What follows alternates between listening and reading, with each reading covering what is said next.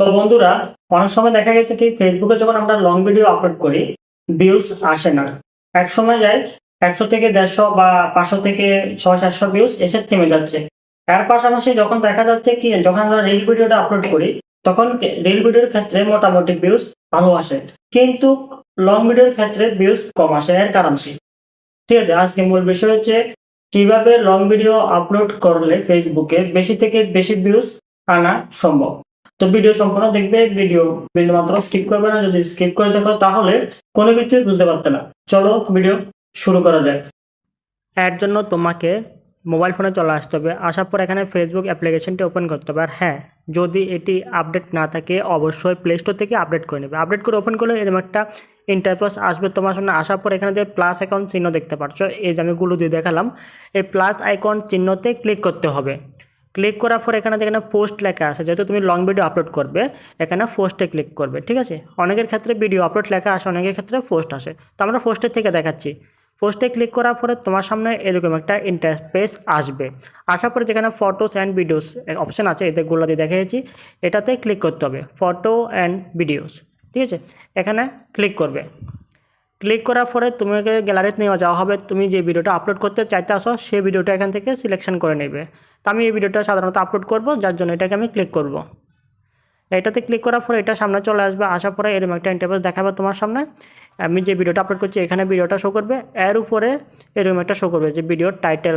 ঠিক আছে, মানে টাইটেল কী রাখবে তুমি। ঠিক আছে, তো আমি তোমার ভিডিও যে রিলেটেড হবে সেই রিলেটেড টাইটেলটা দিতে হবে। তো আমি আমার ভিডিও রিলেটেড টাইটেল একটা দেখাচ্ছি তোমাকে, তুমি আবার সেম টু সেম কপি করবে না। ঠিক আছে, জাস্ট তুমি তোমার ভিডিও রিলেটেড টাইটেলটা এখানে বসাতে হবে। আমি উদাহরণের জন্য আমার ভিডিওর টাইটেলটা এখানে বসাচ্ছি।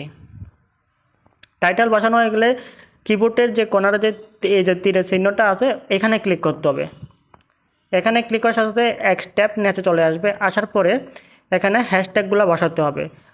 তবে হ্যাশট্যাগুলো তোমার ভিডিও রিলেটেড হতে হবে, প্লাস মিলিয়ন বার যে হ্যাশট্যাগুলো ইউজ হয়েছে সেইগুলোকে তুমি সিলেকশন করে দিতে পারো। পছন্দের হ্যাশট্যাগ তুমি 4 থেকে 5টা বা 3টা থেকে 4টা ইউজ করলে ভালো। তো আমি এখান থেকে 3 বা 4 হ্যাশট্যাগ ইউজ করলাম। করার পরে এখানে যে মূল কাজটি, এইখানে এডিট অপশানে ক্লিক করে তুমি চাইলে তোমার ভিডিওর জন্য একটা ব্যানার দিতে পারো। তোমার যদি ব্যানার রেডি থাকে তুমি দিতে পারো, আমার নেই, আমি দিচ্ছি না। তো তুমি চাইলে এখান থেকে ব্যানারও অ্যাড করতে পারো। এরপরে দেখবো যে এখানে পাবলিক লেখা আছে। যদি পাবলিক লেখা না থাকে অবশ্যই পাবলিক করবে। আর এখানে এআই যেটা আছে এটাকে অফ করে রাখবে। মানে তোমার ভিডিও যদি এআই দিয়ে রেডি হয়েছে তাহলে তুমি অন করবে, যদি তোমার রিয়েল ভিডিও হয়ে থাকে তাহলে অফ থাকবে, অফে রাখবে। আর কোনো কিছু টাচ করার দরকার নেই।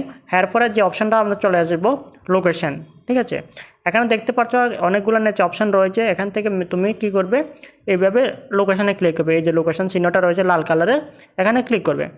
এখানে ক্লিক করার পরে তোমার সামনে একটা লোডিং হবে। লোডিংয়ের পরে অ্যালাউ পারমিশনগুলোকে অ্যাক্সেস করে দিবে, সবগুলোকে অ্যালাউ করে দিতে হবে। ঠিক আছে, যদি তুমি ফার্স্ট টাইম করতে আসো তাহলে অ্যালাউ করতে হবে।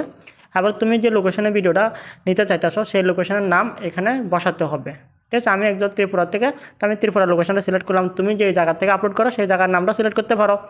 লোকেশনটা সিলেক্ট করার পরে এখানে ইমোজিতে ক্লিক করে তোমার ভিডিও কি রেডিটেড, কি রাগের ভিডিও নাকি রোমান্টিক ভিডিও নাকি অন্য কিছু, তাহলে এটা সিলেক্ট করতে পারো। ঠিক আছে, বাস এগুলো সিলেকশন হয়ে গেলে সব কিছু কমপ্লিট। তারপর তুমি কী করবে, সরাসরি নেক্সটে ক্লিক করে পাবলিক করে দিবে।